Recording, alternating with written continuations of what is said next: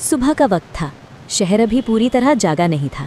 सड़कें शांत, हवा हल्की ठंडी, हर चीज में सुकून था। चन्नू अपनी पीली शर्ट और नीली चड्डी पहने धीरे धीरे गली में चल रहा था, जैसे उसे कहीं जल्दी नहीं थी। चलते चलते उसकी नज़र एक बूढ़े आदमी पर पड़ी जो भारी थैला उठाए मुश्किल से चल रहा था। लोग आगे बढ़ते रहे, किसी ने मदद नहीं की। चन्नू रुका, थोड़ा सोचा, फिर धीरे धीरे उस आदमी के पास गया और बिना कुछ कहे एक तरफ थैला उठाने में मदद करने लगा। इस क्षण में समय जैसे थम गया। एक बच्चा रुक गया, फिर एक और आदमी, धीरे धीरे और लोग रुके, देखकर कि कुछ असली हो रहा है। लोग खुद भी मदद करने लगे। किसी ने दरवाजा पकड़ा, किसी ने बच्चा संभाला, किसी ने बुजुर्ग की सहायता की। शहर का माहौल अब गर्म और अपनापन महसूस होने लगा।